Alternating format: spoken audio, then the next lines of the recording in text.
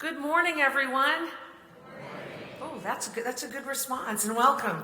We're thrilled to welcome those of you joining us today from our youngest alums from the class of 2017, excuse me, to our most senior alumni, as well as all of our alumni who have returned to commemorate 50 years of undergraduate women at Notre Dame. How many of you were there last night for the celebration?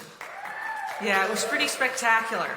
One for the ages. And it tells us that Notre Dame is truly a unique place. It's a place where scholars and students come together, devoted to the common good through the pursuit of knowledge and truth, and the experience of what we felt last night: community, friendship, and also service to humanity. So our ND Perspectives event is one of our signature events of the reunion weekend, where we try to discuss very timely and important issues from a variety of lenses, something that we do well in higher ed, I think. For that, we're pleased to welcome several notable Notre Dame faculty and alumni panelists for today's topic. Where do we go from here, building a post-pandemic world? I'd now like to introduce our friend and colleague, Vahid Sadrasadi, Regional Director from our University Relations team, to moderate the discussion. Vahid, take it away.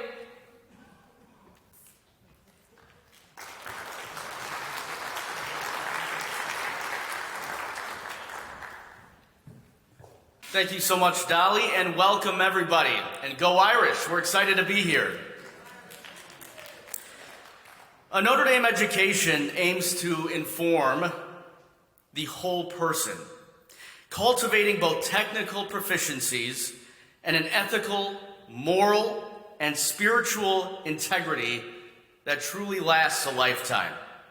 Each and every one of you and our alumni have entrusted this great university with their formation, allowing Our Lady's University to inform their perspectives and touch their mind, body, and spirit. And we'll talk a lot about that this morning. The world has, as we all can agree, has drastically changed since we've lived under the shadow of the Golden Dome. We've endured catastrophic world events, financial crises, and most recently, a global pandemic.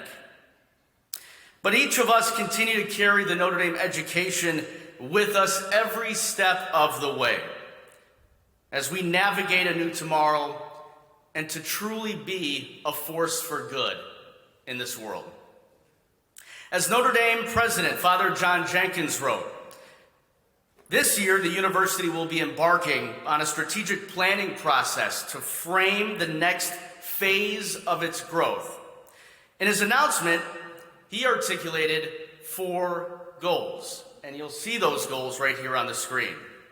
To ensure that our Catholic character informs all of our endeavors. To offer an unsurpassed undergraduate education that nurtures the formation of the mind, the body, and the spirit. To provide superb graduate and professional programs that exhibit disciplinary excellence, that foster interdisciplinary connections, and engage the world's most pressing problems while attending to the holistic development of the student. And finally, the 4th goal, to advance human understanding through scholarship and research that seeks to heal, unify, and enlighten. These goals that you saw on the screen are timeless, and they ensure the University of Notre Dame is consistently in a place of teaching and research, of scholarship and publication, of service and community. Throughout the generations, our alumni, you have challenged to dedicate your lives to address the most pressing needs of our times. Our panelists today, that you will meet very shortly, will share with us how the pandemic and most recent geopolitical events have affected their industries and how they're each taking a leadership role in designing a post-pandemic world. A world informed by values that we hold true, with disciplined habits of mind, body, and spirit that characterize educated, skilled, and free human beings. With that, I am delighted this morning we have the opportunity to discuss these topics with Matt Knott. Matt's a graduate of the University of Notre Dame from 1992 and currently the President and Chief Operating Officers of Builders Vision. Welcome, Matt.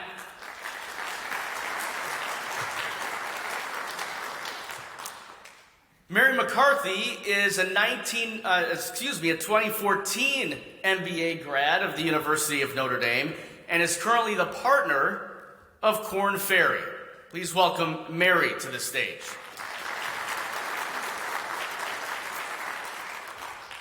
Diane Pinderhughes is a Notre Dame Presidential Faculty Fellow, the Reverend Edmund P. Joyce CSC Professor of Africana Studies and Political Science. She holds a concurrent faculty appointment in American Studies, Faculty Fellow at the Kellogg Institute, and Research Faculty Member in Gender Studies. Please welcome Diane Pinderhughes. And unfortunately, due to travel circumstances, Father Bob Dowd, 1987 grad, Vice President and Associate Provost for Interdisciplinary Initiatives, Associate Professor of Political Science, Religious Superior of the Holy Cross Community and Notre Dame. He's unable to join us today because of these travel circumstances. So with that, let's move to our chat this morning.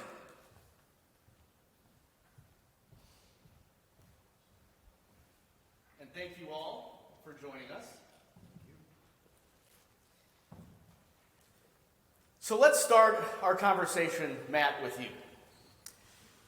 Let's dive into a little bit of your world, if we could. Changes to the global climate have led to changes in precipitation. Devastating wildfires, intensified storms, severe drought, other consequences around the world. And as catastrophic as these events are, weather events are, or will be, lack thereof a response or lack thereof a response. Can you give us a little bit of the landscape of how organizations are responding to an increased focus on sustainability initiatives? Sure. I'll probably start by rewinding to the time when I came out of undergraduate business school here at Notre Dame and started my career in business. And the general philosophy at that time was that doing good and doing good business were really separate endeavors. And I think that's fundamentally changed. And I think that the pandemic has created a new tipping point in integrating those ideas. By that, I mean purpose-driven businesses today, I think, are competitively advantaged.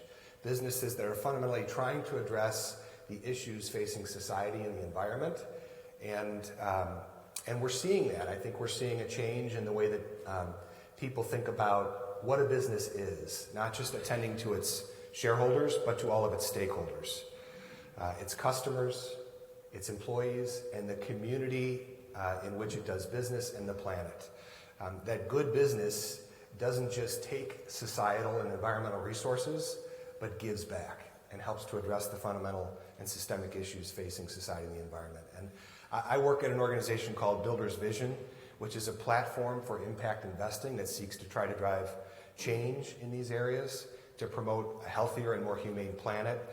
We focus on sustainable food and agriculture, on healthy oceans, and on clean and renewable energy, as well as thriving communities. And we do that with a combination of venture capital investing, traditional asset management, and philanthropy.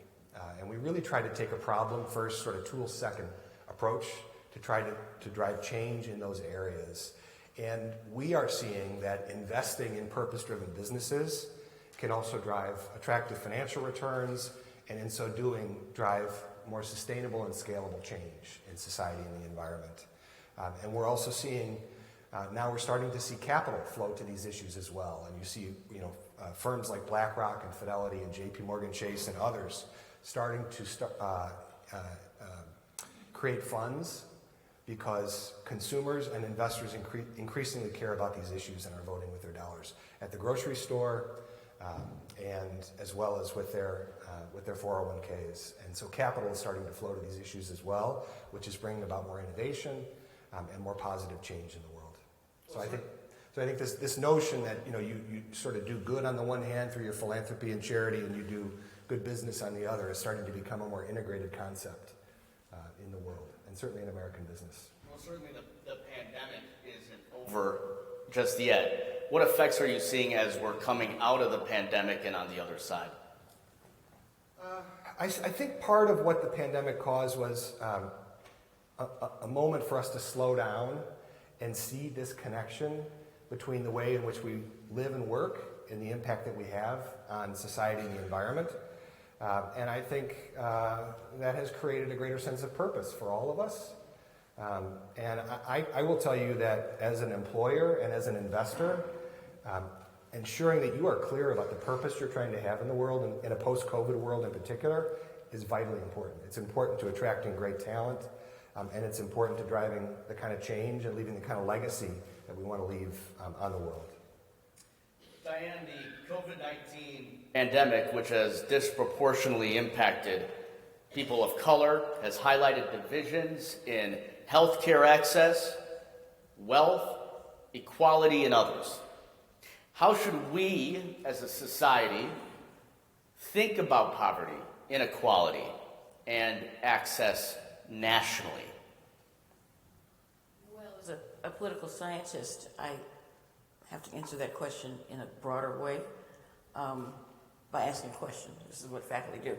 Where is democracy? What is democracy? I think we need to think about what that means, and to think about it not as a simple or thin idea of democracy, and by that I mean simply voting, but to think about thicker issues, namely how are people able to, in addition to voting, able to establish their economic well-being? Are they able to get a job? Are they able to sustain that job over time? Are they able to acquire property and have that property protected by the state? So when I talk about democracy, I'm talking about how does our political environment make it possible for the population of all colors and of all races and all ethnicities and genders to create a stable life. And unless you're able to do that, you're not able to address the kinds of questions you're asking about health and inequality. Inequality is built into our economic system at present. It's built into our national political environment. And unless we work across those two dimensions of politics and economics, we're not going to be able to, African Americans are not going to be able to address the problems that they have and that we saw manifested very dramatically in the pandemic. Another element of this is that in the 20th century, policies were created that alumni of Notre Dame in particular, your parents, your grandparents, began to be able to take advantage of in the post-World War II era, where Social Security, unemployment, labor protected by the government, the ability to organize into unions. All of those things were created in the Roosevelt administration and then really took off after World War II. A whole generations of people were advantaged by those programs. Blacks were specifically excluded from the policies that were created in the 1930s. They were not, therefore, able to take advantage of having a job, getting a job protected by unemployment, protected by Social Security. If you happen to be a person who worked in the federal government, my father was a postal worker in Washington, D.C., he got those benefits. But most of the policies that were created during the Depression and after World War II, most of them did not protect African Americans from did not facilitate them gaining economic benefits. So the kinds of economic problems that we've seen manifested in the pandemic and in other ongoing challenges, these are a result of policies that were made over the last century. So we have to think about social policies and what kinds of social policies are in existence, who has access to them. So African Americans obviously were not the only ones who were discriminated against. Asian Americans, Latinos were as well, Native Americans. But I always talk about these issues in broad terms, in terms of what national and social policies look like. Thank you for that. And as we have navigated this crisis since 2020, stop me if you haven't heard terms like this: burnout, the Great Resignation, purpose, flourishing.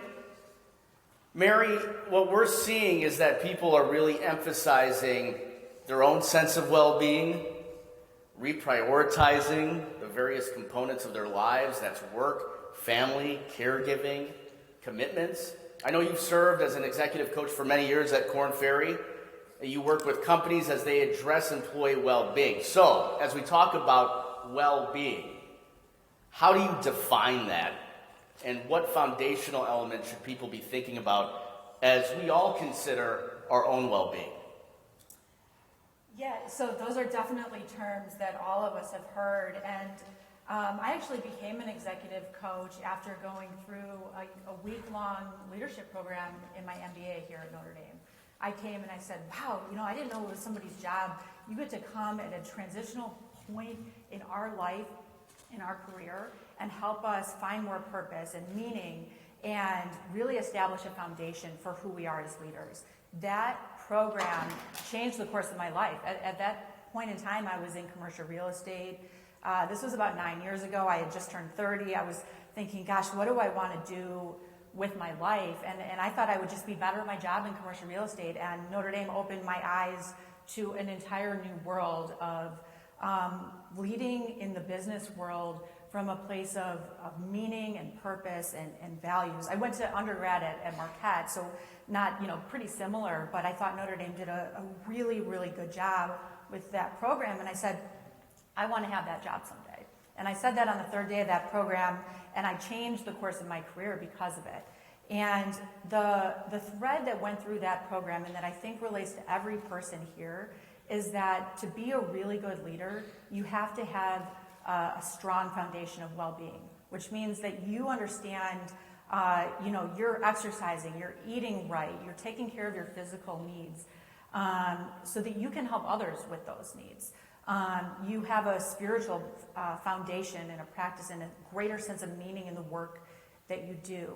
You are able to manage emotions when you're at work and say, you know what, this is what this person really needs right now. They're going through a hard time, so I'm not going to give them a stretch assignment right now. They're really, understanding and being empathetic in your job. And all of this comes down to really, I think, taking care of your own well-being. And every single person through this pandemic has a story or two or multiple stories of where maybe their well-being was, affected or in a significant way, or that of a family member. And so I think as a Notre Dame community, what we can do is show up and be well-rounded in how we lead, how we empathize with other people, how we understand and bring, whether it's talked about expressly in the workplace or not. I know Notre Dame people, and I can trust them that they have a deep sense of purpose and meaning and spirituality that's an undercurrent in the work that they do. And I think that that's the unique value. And what I would say is, you think about your own well-being, it can kind of fluctuate, day to day. But we only have, this is really, we aren't guaranteed tomorrow. And I think all of us can really think about our well-being in terms of something that is a one day at a time effort, where we can really invest in, just saying, what do I need for myself to show up and to be strong in all of the commitments that I have today. And it really is the foundation. So there's practical ways, as an executive coach, it's always about uncovering, hey, what's your purpose? and what are the structures that are going to help you make sure that your foundation of well-being is strong enough to get you to that purpose. And so I'd encourage each one of you to think about where you are in your overall mental, physical, spiritual well-being. And maybe one of those areas might be stronger than others. And my guess is you probably have a really strong structure that supports that. So if it's exercise, I know for myself, I work out 4 days a week, and I've been doing that since I was 18. And it doesn't matter which days, but I have to work out 4 days a week. So I start the clock on Sunday, and that's a structure that I have that gives me the flexibility to do that, but it's not super rigid, and it can ebb and flow. And I think as a coach, I'm always looking at, if you don't have a structure behind it, if you don't have a spiritual practice, for example, you likely are not as strong in your spiritual well-being. And so I would encourage all of you to take a little inventory of where you are, maybe which area, mental, physical, spiritual, health, you could increase, and then develop a structure or a routine, because without that, we know, life starts to get in the way. So that's what I'd say about well-being. Well, tapping into that mind, body, spirit that we talked about at the outset, it seems to have a significant role in what you just talked about. Absolutely. Matt, prior to your current role at Builders Vision, you spent 11 years at Feeding America, including 6 as president there. Feeding America is a $7.5 billion national network of member food banks. Now your work is brought in to support people and organizations building a more humane and healthy planet with a focus on food, energy, and oceans. When we think about food and work or economic opportunity, those seem to be the core of the well-being that Mary was just discussing. Currently, what is the biggest challenge that you're facing at the moment, and what are some of the most critical changes that we must face at the outset and when we look to the future? Sure. Setting aside the current political divide, I'm going to speak to something that's more familiar to me, and that is that I believe we've got to find a way to bring about a new chapter of capitalism that narrows the wealth gap rather than widening it. And this has been decades in the making, and it's only gotten worse. And I think it's something we can do something about. As I talked earlier about purpose-driven businesses starting to be competitively advantaged. It's easy for us to be blind to the fact that roughly 1 in 6 Americans is living at or below the poverty line, struggling just to put food on the table. And I experienced that firsthand working in hunger relief for more than a decade. Part of my role, was to go into communities that were impacted by disaster, like Hurricane Harvey, for example, and to try to provide food and water and basic essential needs for people in those communities. And I can tell you from firsthand experience that if you don't have money, if you don't have resources, very, very difficult to recover from something like that. Whereas, those that do can run to Costco or Sam's Club, get a generator, get food, put themselves back much more quickly. It's just the time to recover from a situation like that varies dramatically. And just in general, I think people's economic opportunity in this country is so driven by their zip code, where they were born, and the color of their skin. And there's just been so much research about that. The ability to move to the next sort of economic rung on the ladder is driven by those two factors. And I saw that firsthand for more than a decade, and we have to find a way to change that dynamic. And part of what I believe is sort of this false narrative is that there's charity and economic mobility, and they're different tools, and charity is starting to create sort of a dependency in this country, and we need to focus solely on economic mobility. I think both are going to be needed for us to start this shift in the way that our markets function in service of people and society. I think charity is going to continue to be needed. There will always be people who will need support, basic necessities. But we can also start to do more and more about economic mobility. And part of what at Builders Vision we're focused on is how do we begin to support women and people of color in the fields of finance and investing. And that has to do with making sure that more of them have jobs in that field. It also has to do with funding for entrepreneurs who are women and people of color. I mean, over the last decade, women-owned businesses, women entrepreneurs received 4% of total private equity investments in this country, and people of color who are entrepreneurs received less than 1%. At Builders Vision, we're focused on changing that, and we look at diversity as part of our due diligence and part of how we think about the kinds of businesses we're going to fund in the fields of sustainable agriculture and food, in the fields of clean ocean technologies and renewable energy.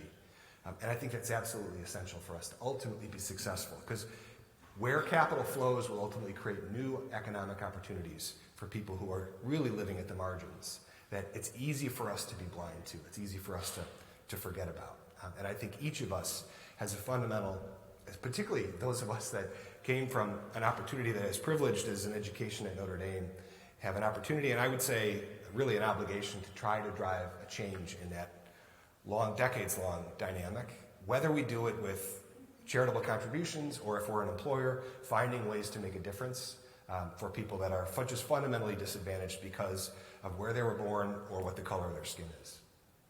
Can we touch on charity versus economic mobility for a second?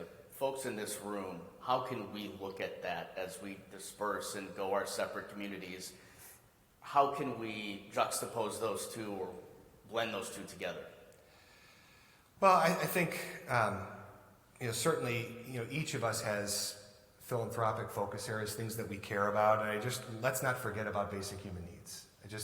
For me, having worked in the food industry, I worked at Quaker Oats and PepsiCo prior to moving to Feeding America, and having been able to feed my family without worry, that became an issue that I really cared about. And as I went out to visit communities and do store visits, and I just saw the divide in America happening before my eyes, and that became an area where my wife and I said, if we're going to have a focus in our charitable contributions, it's going to be on food and making sure people in our community that to the best that we can, that they have enough to eat.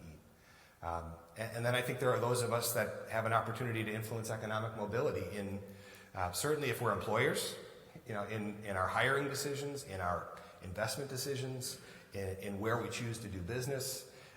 And I think even if you're not an entrepreneur or a business owner, as you think about social and economic policy, and the things that you vote for, those make a difference in terms of ultimately where capital flows in this country to create new opportunities for everyone, not just for a few. Thanks, Matt. Diane, you study racial, ethnic, and gender participation in political structures and their effects on election outcomes. Can you share a little bit about what trends you're seeing within the communities that you're studying, and also share a little bit about what you think is contributing to those trends? Well, I will talk about the developments of the last couple of years, the racial reckoning, which followed rapidly on the pandemic. The name George Floyd has shaped and reshaped many elements of American public life and economic life. A lot of corporations committed to making some changes. We're seeing that they're maybe not doing that as consistently as they promised in the months after that event in May of 2020. But there's been considerable concern in African American, Latino communities of color about what's happened and how are we going to be able to address those issues. The pandemic arrived in the U.S. in early 2020. Here at Notre Dame, we began to really have to come to terms with it in basically March 13th. It was spring break, and I was at a conference in Atlanta where Father Bob is at present. Hopefully he's on his way back. But it happened that I was at a conference that we didn't have any instances of COVID. We were quite lucky.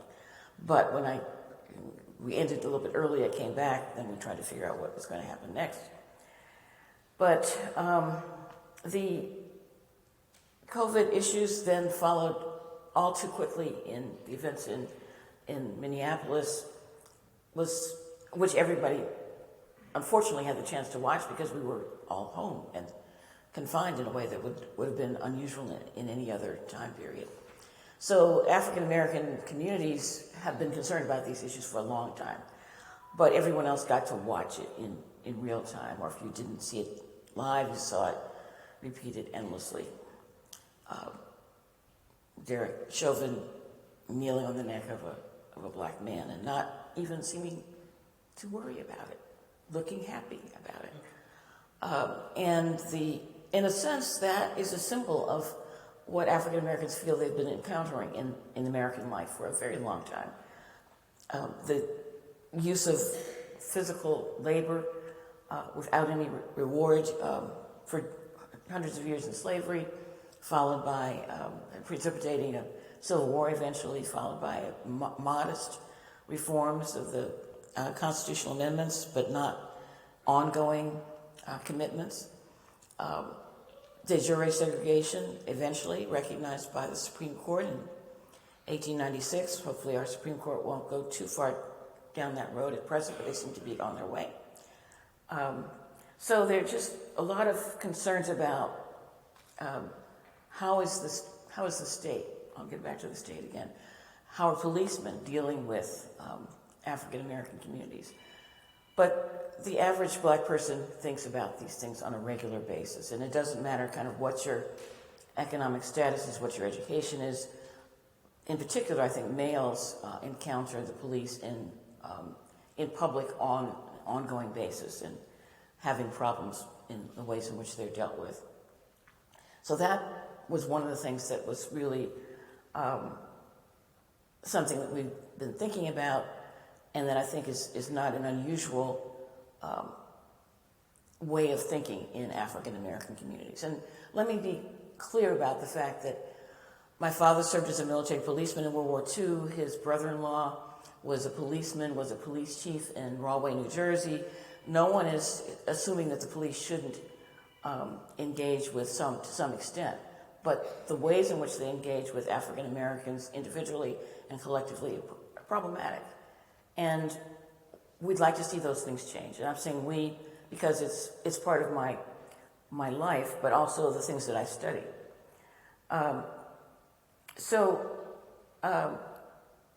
That's one element. The change is in terms of politics. The elections of 2020, the successful election of the Biden presidency was something that was generally supported by African American voters. Latinos were a little bit more ambivalent, more supported him than not. There's always a lot of discussion about what proportion of the Latino population is voting Democratic. There's been a lot of discussion by academics about the role of Latinos in Texas, for example, whether Texas will go blue. This is something that people have been talking about and studying for several decades now. And some Latinos are not and I'm talking to some extent about Mexican Americans, but of course there's a much broader range of people from a variety of other countries in addition to Mexico. But most Mexicans are, most of the Latino population, something like 60-70% are Latinos, are Mexican Americans.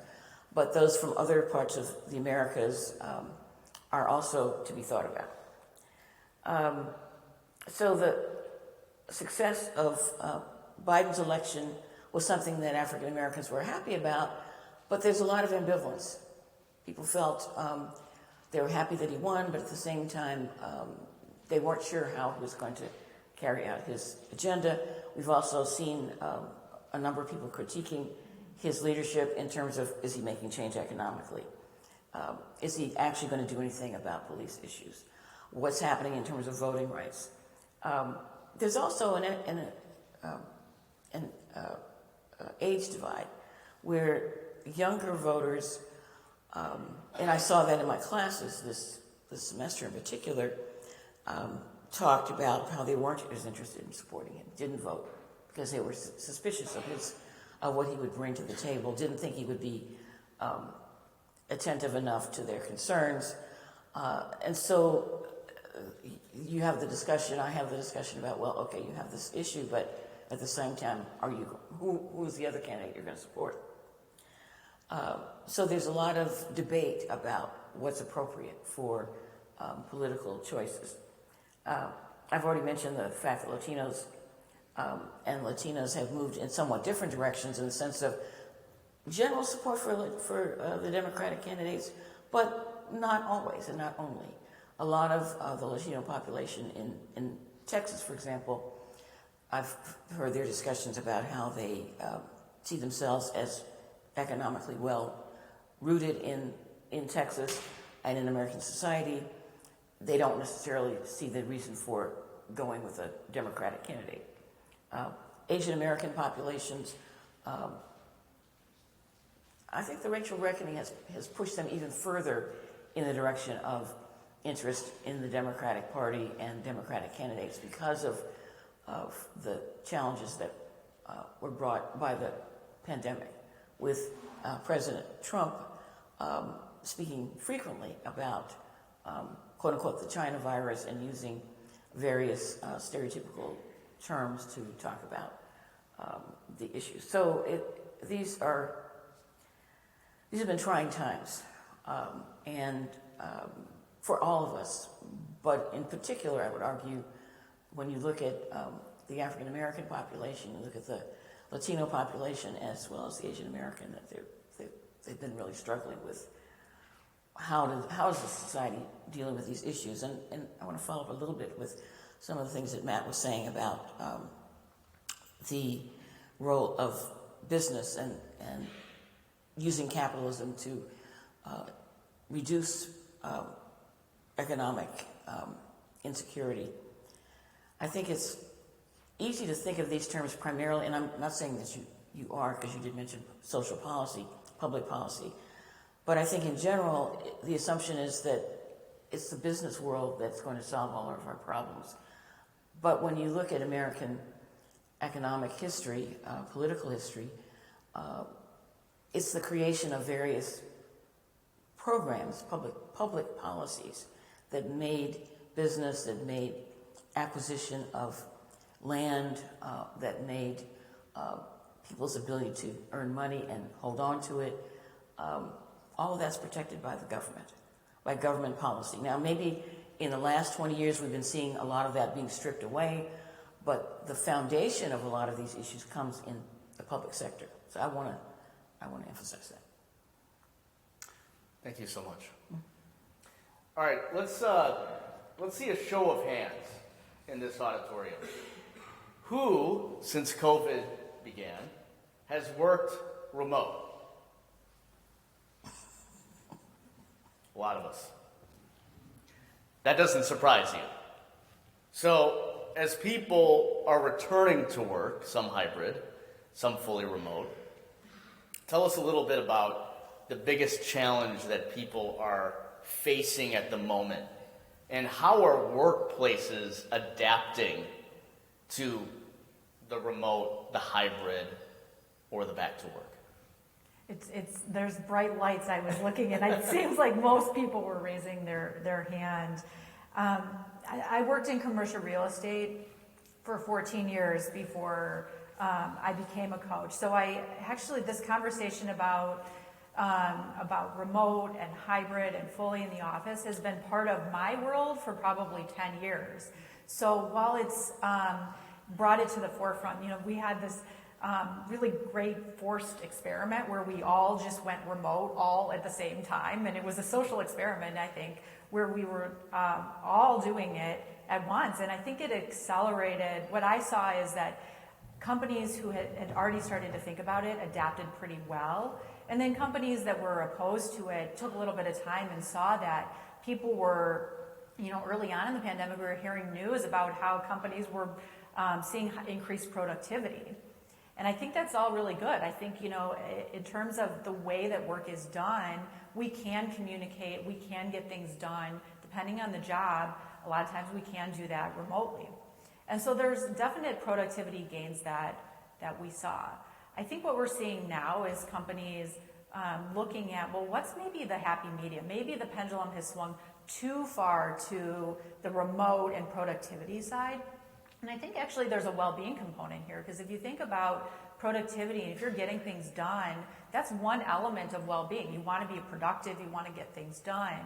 But I think it can, at a personal level, come to the detriment of laughing and community and some fun in your work, running into people. I know when I go to the office, which I go one day a week, I'm like, oh, I'm laughing or I'm having conversations with people that I wouldn't have otherwise. And that's just a part of well-being. It's a part of community. It's a part of who we are as people. And so, a lot of you probably saw in the news, Elon Musk said, I want everybody to come back 40 hours a week. And if you don't like that, you can leave Tesla. The Apple employees were asked to come back, I think it was 3 days a week. And they wrote an open letter to the CEO saying, we've been doing this. This isn't the way that we want to work. They were somewhat protesting it, and it's all about choice.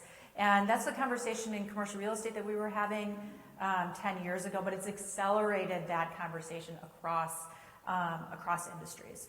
So I think in terms of what's maybe enduring and what might change, I think this summer, I'm 39 years old, and a lot of my friends have young children, and they're dealing with, one of them I saw last weekend, and she said, I can't go back to work full time yet because it's really hard to find childcare. And so that's an issue. And she said it's a catch-22 because she wants to go back to work. She's getting job offers and she's having trouble finding childcare. So there's just a lot of different, people need some flexibility and some choice, and the childcare issue is very much entangled with some of the challenges that families are having right now. So I think going into the summer, companies are starting, people have kind of complex lives. They're trying to juggle remote and hybrid work, which means they're in the office, their spouse might be in the office certain days. They might want to spend some time away from the office, working remotely on vacation. There's all these different factors, and companies this summer are starting to think about, how do we juggle all of everybody's schedules on our team? How do we make sure that our clients' needs are met, that our team is coming together? And they're developing these elaborate schedules to say, here's who's going to be in the office and when. I think that's maybe just this summer. We'll see how that goes a year from now. And then I think one enduring trend is, what is the purpose of the workplace? So we've talked a lot about purpose on the panel today, and I think you can apply that to what the purpose of the workplace is. And companies ought to be thinking about what their purpose is, what function does their workplace serve. In a lot of instances, it's human connection. And employees need to be aware of that and aligned and activated and really believe that they're going to get human connection when they go to the workplace. You can't force that. And they need to potentially start thinking about, well, what's the decision framework, if you will, for somebody who says, am I going to work in the office today? Well, my coworkers are going to be in, we're going to work on this, we're going to whiteboard together. It's a good idea for me to be in there. So companies need to think about high level, what's their purpose, and then have a bit of a decision framework for employees to say, how do I make a decision about where and why I'm working in the way I'm working? And that's kind of day to day in a lot of companies right now. Did it change the way, Diane, that students look at working or studying in the classroom? Well, yes, of course, because early on, COVID was so rampant, and you all went to Notre Dame, and if you did, those dorms are not exactly spacious rooms. And so I didn't know how small they were until I began to teach remotely, and you'd see your student in their dorm room, and there'd be one of their roommates walking like right behind them, or standing at the bed and not changing clothes, but just folding up some clothes. And it was interesting to see that and to recognize how tightly packed they were, and therefore that explained that we had a dashboard that reported not just the campus-wide COVID frequency, but you could also check and see whether there were any COVID cases in your classes. In that fall of 2020 and spring of 2021, there were really a lot of cases, and in many instances, you couldn't always tell. It wasn't until a while that you realized, well, wait a minute. That's not their dorm room. That's the hotel room they're in now. So they were, there was a constant kind of, there was a good deal of frequency. So they had to adjust to, they had to adapt themselves to, are they in their room? Are they in a hotel? How do they, the kind of encounter that you were talking about in terms of going to the office. And one of the things our students did want to do was to interact with other students, which of course meant that sometimes they got COVID. But at the same time, they preferred that than being at home. So it did change it. I continued to teach remotely in the fall of 2021 and spring of 2022, 2020 and 2021, because I'm the senior member on this panel, and I decided I wasn't going to spend any time risking or debating it. I would immediately ask for permission to teach remotely because of my age, didn't want to risk being exposed. The university did what turned out to be a very good job of adjusting the classrooms, changing the transfer of air in those classrooms, putting up, barricades, not a barricade, but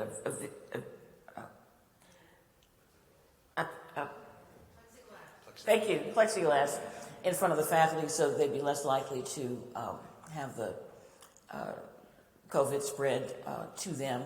And as far as I know, no faculty member did get COVID in classrooms. Students did in their dorms. But I think because there's the proportion of the student population was so substantial, I think the students at some point, it's not that they didn't care, but they got used to it as much as possible. And so their adaptation was significant. And those who graduated in 2020, which we just had a formal ceremony for that group of students this past weekend, those who graduated in 2021, which we did have last year, and then 2022, they've lived their lives already with substantial portions of college with COVID present on their shoulder, around the corner, always dealing with it. So I would expect that they would enter the marketplace with a really different attitude than those of us who are older and didn't have to think about this until just 2 years ago. So this is a really important question that it would be good to actually talk about this with my students in the future. I'm going to be on leave next year, but I'll do that when I come back, of having them reflect on these issues, because it's an important question. I'm going to follow up with you because I'm interested truly in what they say and what they think. Adaptation, I think that's a very key term that you use and that we've all basically put into motion during our conversation. As we mentioned, Notre Dame is embarking on a strategic planning process to determine how we can address some of the challenges that the panel has discussed today. And as we go to the next set of questions, let's all in this room think about how we would want to craft a post-pandemic future and what role Notre Dame can play in these efforts. So Matt, in 2015, Pope Francis wrote this: "We are faced not with two separate crises, one environmental and the other social, but rather with one complex crisis which is both social and environmental." How does Notre Dame contribute, Matt, to a cleaner future where the burdens of change are shared equally and not put on the shoulders of the poor and the powerless? That's a big question. I guess I would draw back to my own experience as an undergrad, where I think my Catholic values were reinforced in my education about what did it mean to be Catholic, and that idea of, to whom much is given, much is expected, was reinforced for me here, the kinds of values that I was taught as a child. I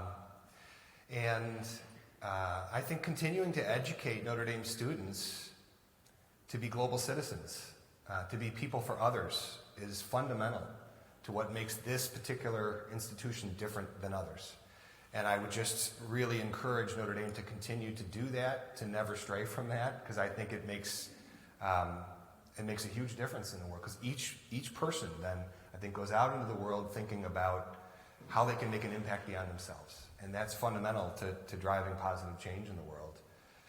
I think, I remember I think it was freshman year, philosophy of religion professor Morris talking about developing yourself, not just intellectually and physically, which are probably the easiest things for college kids to think about, but socially and spiritually. And each of those 4 dimensions and ensuring that you're attending to each of them to become a whole person is essential. My son Jack is going to be a senior here at Notre Dame now, and those same lessons are sort of being instilled in him, and we've talked about that a lot. And how do you ensure that you're developing your whole self and putting yourself on a path to becoming a global citizen, a person for others. And I think it's one of the fundamental things Notre Dame has always done well, and I think that they need to continue to do that. In addition to that, I think that the potential for scholarship and research and convening on these issues is great. And these are systemic issues. They're not going to be solved just by business, not just by the nonprofit sector, not just by the government, but by bringing together private, public, nonprofit partnerships. And that can happen in convenings like this, where you bring experts together to really understand an issue deeply, understand the root causes, and examine solutions and inspire solutions. And that can happen through research, it can happen through investment, it can happen through supporting scholarship and training for students and researchers. And so I think there's a real potential for Notre Dame to play that kind of a role on these really kind of growing fundamental issues as well. And then the third thing I would say, I've talked a lot about the impact capital can have on these kinds of issues. And at our organization, we have totally transformed our endowment to be 90% ESG and impact aligned. And I would encourage Notre Dame to examine their endowment and look at it and say, are we invested in companies that are making a positive impact on the world, in funds that are committed to positive change, or are we invested in, industries that are continuing to do harm to society and the environment? That's a difficult thing for universities to do, because there is this fundamental belief that that endowment is all about financial returns, and if we start to look at impact, we'll sacrifice that. Our organization has proven that that's not the case, actually, and capital really is starting to flow in ways where you can achieve advantaged returns by doing right by the world, by society and the environment. And we have started to seed other endowments of charities that we support, like the Shedd Aquarium in Chicago, to do that and to prove that that is possible. And I would encourage Notre Dame to vote with its dollars on the kinds of things that make a difference in the world. Diane, in your eyes, what can Our Lady's University do to further global efforts around poverty and inequality, and how can the university help to address the health disparities? Well, first I'd like to thank Matt for that point about Notre Dame looking at its endowment carefully to see what it can do. That's an important thing to say, given the rather extraordinary growth of the endowment this past year.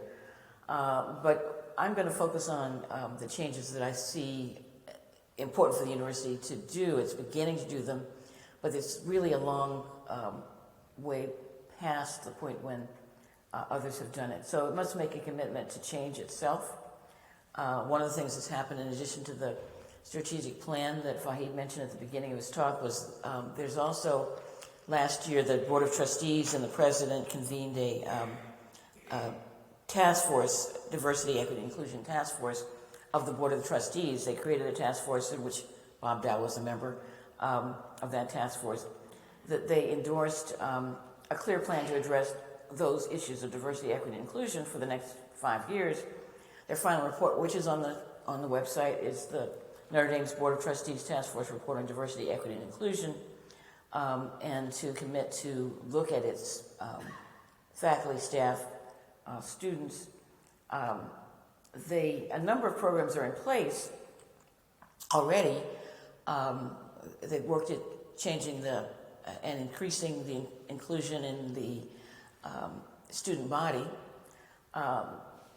The former provost, Marilyn Miranda, discussed this as one of her goals in terms of increasing faculty diversity. We have a new provost. Miranda stepped down as of December of this past year. The search produced a new provost, John McGreevy, who was formerly dean of the College of Arts and Letters, and he's also committed to those changes. Father Jenkins and Provost McGreevy will have quite a challenging time in implementing a lot of those changes. We're kind of running out of time, but I want to say that President Jenkins supported the results of accepted and affirmed the reports the report of the Board of Trustees Diversity, Equity, and Inclusion Committee. He and McGreevy are going to work on how to bring those changes about. We're facing an issue that appeared just this past couple of weeks of a faculty member in the Mendoza School of Business who wrote an article in 2013 that was cited by the killer of people in Buffalo, and his article was cited in that person's manifesto.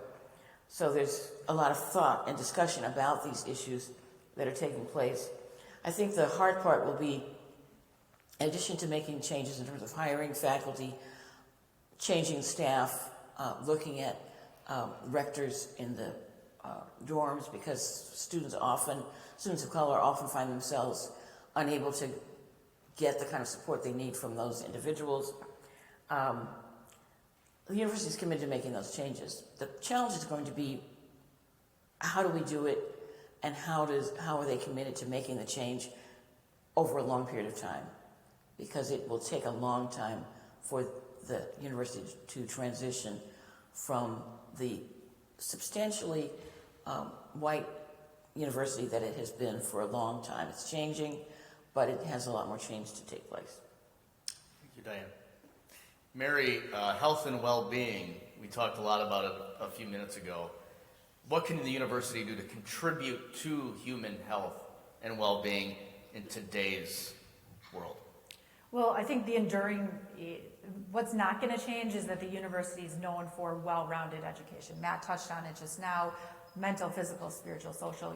There's a sense of purpose here. That's not going to change. When the university lets leaders and students out into the world, I think there's some work to do to bring them back, talk to them about what they learned and what's applicable and what they didn't learn. Frankly, that you can't get everything from your education. What has served them well? What do they take that they learned about being a well-rounded person and leader? And where could the university do better? So I would survey some students 1 year out, 5 year out, 10 year, everyone here at multiple different points throughout their career and their time after being here. I think that's super important. And then I would take in that information and invite alumni back. The reunion's a great way to share information and to bring people back. And there's also upskilling and other opportunities for the university to bring people back into the community, to upskill them, to work on well-being in meaningful ways, and for alumni to stay connected to the university. All great points. Thank you to the three of you. Before we wrap up today, I want to open the floor to question and answer session. So there's two mics, one to my right, one to my left. If you have a question for our panelists, please come up and tell us your name, where you're from, and who your question is directed towards. So with that, we'll open up the floor to some questions.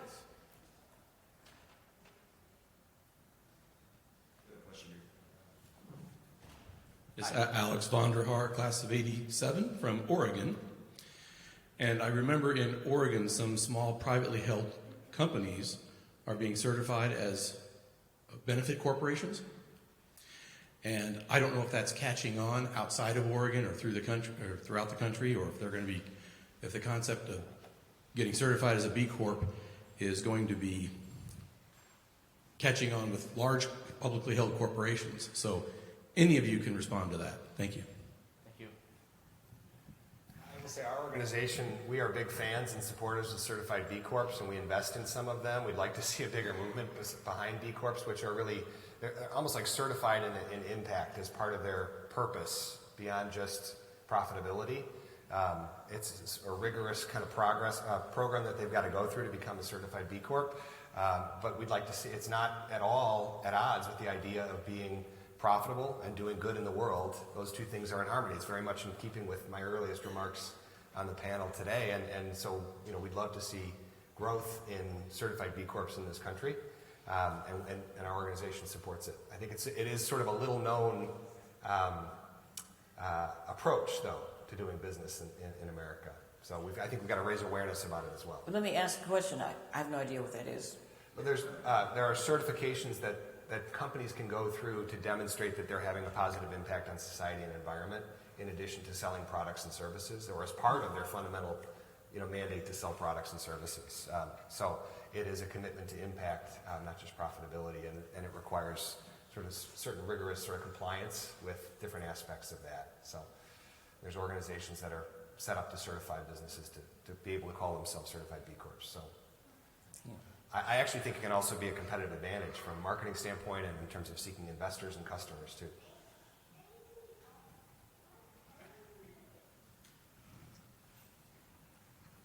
I think we have another question over here. I do have a comment in that the University of Notre Dame is first and foremost a Catholic university. And I don't hear much of that coming in that talk today, of Catholicism and prayer and things. And that concerns me.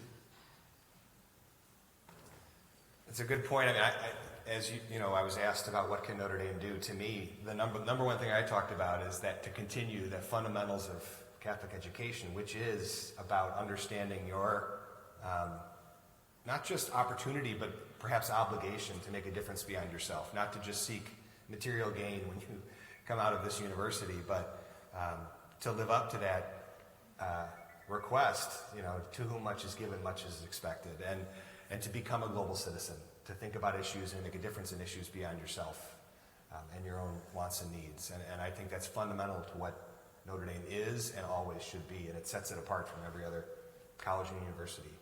It's one of the reasons I was so excited for my son to be accepted to Notre Dame and to be able to have that opportunity, and I hope that they always reinforce that that's fundamental to who Notre Dame is and to who people who go to school at Notre Dame are and will become. It's an ongoing issue in the sense of while faculty searches, for example, do not require that the person that the pool be Catholics, but the expectation on the part of the college, our colleges, and the university administration is that a certain proportion of the hiring done in every year would be, the goal is to get some number of Catholics. So that's one issue. Descriptive representation is the way that might be characterized. But then also, I think, while we might not have talked about it in this panel, and Matt said it well, namely the focus on, and Mary also, in terms of the balance of spiritual attention along with educational and personal growth. It remains a very important element in the life of students at Notre Dame, faculty, even faculty who are not Catholic. They usually will make reference to the fact, I'm not a Catholic, and then talk about their spiritual interest. A lot of our faculty, for example, in political science, we have a substantial number of faculty who study and conduct research on religion and politics. As it happens, they're not Catholic, but they are interested in these issues, and it becomes a subject of importance in the department in ways that would not be in some other universities. I think that the attention to moral issues and the role of the church is an ongoing theme in life discussion, debates on campus. And I wish we had Father Bob Dowd here as well, because he would have spoken to what the university is doing currently with students to uphold that Catholic mission that we all hold so dear, and the reason that we attended the university. I think it's a great mention, though, because the reason that I went to Marquette for my undergrad degree and the reason that I got my MBA at Notre Dame is because it's Catholic. And because I believe that having a deep faith and prayer and And that's really the foundation. So I appreciate the question, because that is the foundation of this university, and I think it's important to keep that conversation. And like you said, Father Bob Dodd wasn't here, and it was going to speak to that a little bit more. As I was preparing and I was looking at, well, what is health and what is well-being, I found something, and I might not get it exactly right, but St. John of the Cross said having a relationship with God is the top thing that you can do for your own health. And I thought that was an interesting way of seeing it, and so I think appreciate you saying that it hasn't been as much of our discussion. Maybe it's because it's the foundation, maybe because it's Father Dodd isn't here today, but appreciate that. Thanks. Thank you. Yes, sir. Another question here. Jim Craig in San Antonio. Maybe a comment or two about Notre Dame, and it's the Catholic character of it, as well as the commitment to service and all of that. What is our responsibility of Notre Dame toward the world? Internationalization. What are we doing in terms of both being out there, and that's with professors and students as well. I know study abroad is very popular here, but also in terms of bringing the world to Notre Dame. We talked about Notre Dame in the past being kind of white and maybe even Midwest and so forth. Well, not very international either. And so that's growing, that's important, but maybe you guys would comment a bit on that aspect of it, even food. Thank you. We're all over the world, literally. I mean, they're global locations. I'm missing the title exactly, but we have Notre Dame locations in London, in Rome, in Shanghai, in Sao Paulo. Father Bob and I served on a committee that's been working on developing one in Africa. Probably it'll be in Kenya. There are smaller programs in a variety of other locations. Our students are in off-campus programs in many countries in the world. It's a very international university, both in the sense of the numbers of faculty who are earned their education in other countries, and then got their PhDs either in Oxford or in universities in the U.S. and are now teaching here. I have a number of colleagues in political science, as well as in Africana studies, who are from Nigeria, from Argentina, from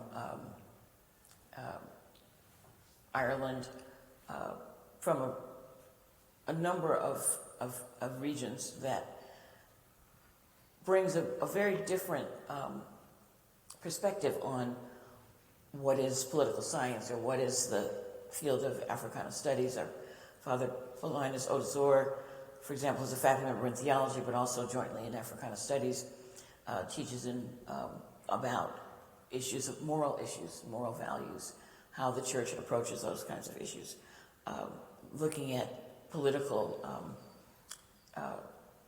or literary figures in countries in Africa, for example. He's taught for Africana studies. So, and of course there are many, many people, and I haven't mentioned Ireland, but there's the Calmore Center in Ireland that's our creative writing faculty spend summers teaching there. So the students are, we're all quite envious of them. They're going off all the time. We're writing letters for them when they're going to Australia or London or Ireland or wherever they're going to, or they choose to apply to South America as well. It's a very international university, and both in students, faculty, education, the kinds of programs that they have. So. Just briefly, my son just got back from Trinity College in Dublin, a semester abroad, and I think Notre Dame can be a bit of a bubble for students during their 4 years here, and it just totally broadened his horizons and his perspective on the world, which I'm so grateful for as a parent. And I do think they do a fabulous job in terms of recruiting faculty from around the world, but I agree with the point about being a more intentional convener of international groups here in South Bend and on campus, and I think Notre Dame could do a better job of that. We have time for one more question, 2 more questions. Okay. Hi, good morning. I'm Krista Marie Singleton, class of 87.